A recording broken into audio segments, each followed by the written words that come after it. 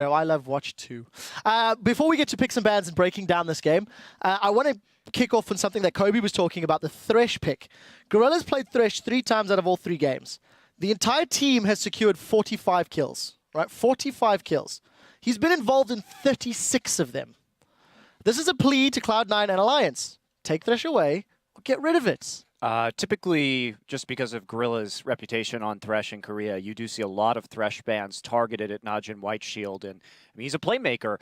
It's not only just the pick, though, it's the way they play. They're a very conservative team. They wait for their support to get there, and then they make the play.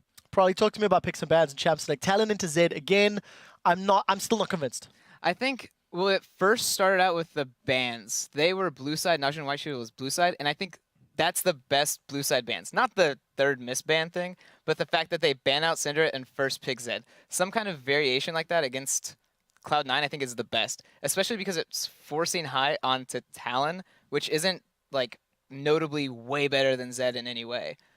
To be fair, he was doing well. He was holding his own, and even later in the game, they traded 1-for-1 on the bottom. So I'm pretty sure if that lane played out the way it did, and the rest of the map just played a little better, that could have been different. I would have liked to see C9 lane swap, because what's putting a timer on Cloud9 here is that Ryze. That Ryze is going to get incredibly big, let alone Save is just a monster on him already.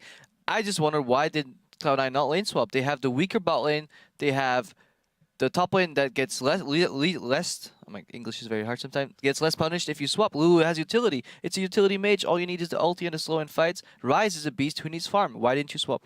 Well, I don't know. I have to disagree because honestly, Cloud9's bottom lane matchup, which is Nami Trist, one of the strongest lanes. I've been saying this for so long. Nami Trist has insane everything. The laning is amazing. The trading is amazing. The scaling is amazing. I don't understand how they fell so far behind against Quirky Thresh, which, like I said before, is just a kind of so-so lane. Yeah, they might fall behind levels 1 and 2, but they shouldn't have been so down, and there's so much spillover from Gorilla. This guy was roaming everywhere.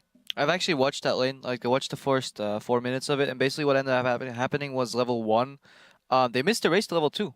They could have won it. Sneaky basically stood still and went left and right, and he probably could have put in 3 more auto attacks, tied the race for the first wave, and then just challenged level 2. Instead, they desperately tried to get level 2 and then got out-traded really hard, which put, if you go for the race and you lose, then you lose really hard. If you give up the wave, you can just farm on their tower. But if you both challenge to get to level 2 and you're the one on the losing side, that's when you get punished really hard, and that ended up happening. Well, I think that NaJin Shield put a lot of emphasis on that bottom lane. It seemed teleports going in, it seemed roams, it seemed ganks. Let's pull the first replay up onto your screens. It's quite a chaotic one with a whole lot of people getting involved. Roll this one out, and I quite like the play. Zeph and Sneaky going toe-to-toe, but look at the minimap. Look at the pressure on Elimination, and over the course of the next few minutes, everybody gets involved. Monty, talk to me through the play. Such a good flash over that tidal wave, and Elimination's going to get hooked right here. And what we're going to see is actually Sneaky jump in and then heal to get Elimination out of there. Now at this point, they're trying to chase it back in. Save is now trying to TP between the turrets. So he's going to come in, flash forward, go down onto Sneaky. Of course, there's the Lulu. Now, a lot of kind of awkward positioning here from Shield. They went in a little bit too deep and got caught out. They try and run 2 through the turret.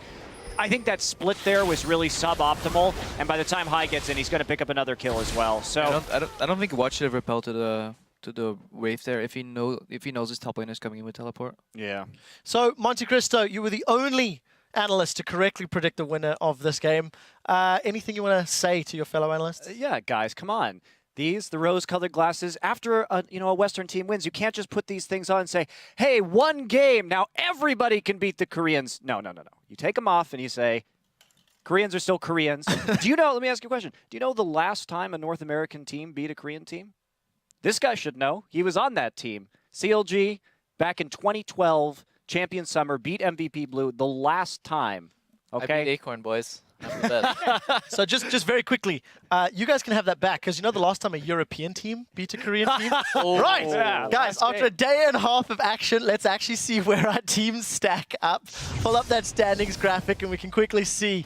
LMQ, of course, 2-0. Fnatic 1-1 after taking down Samsung Blue, as I have just rubbed in our analyst noses. Group D, NaJin White Shield 3-0 after completing their first half of the group stage. Cloud9 2-1. Alliance 0-2. I guess I'll take some of that salt back. Guys, we do have to go to a quick commercial break, but when we return, OMG and Fnatic will face off in our 4th game of the day. Guys, don't go anywhere.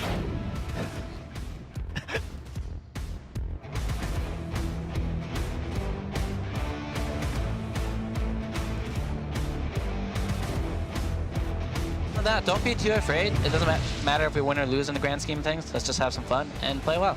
Sneaky at less than half HP. Balls is there as well. Oh! Finish him off. They do get one. Damage is massive. Deathmark actually going down. Gorilla will fall though to Sneaky. But what can they do? We see Watch and Zephyr going deep. Ball's going to join in the fight. Watch is low. What can Balls do? He has to use his own wild growth on himself. And he's going to fall.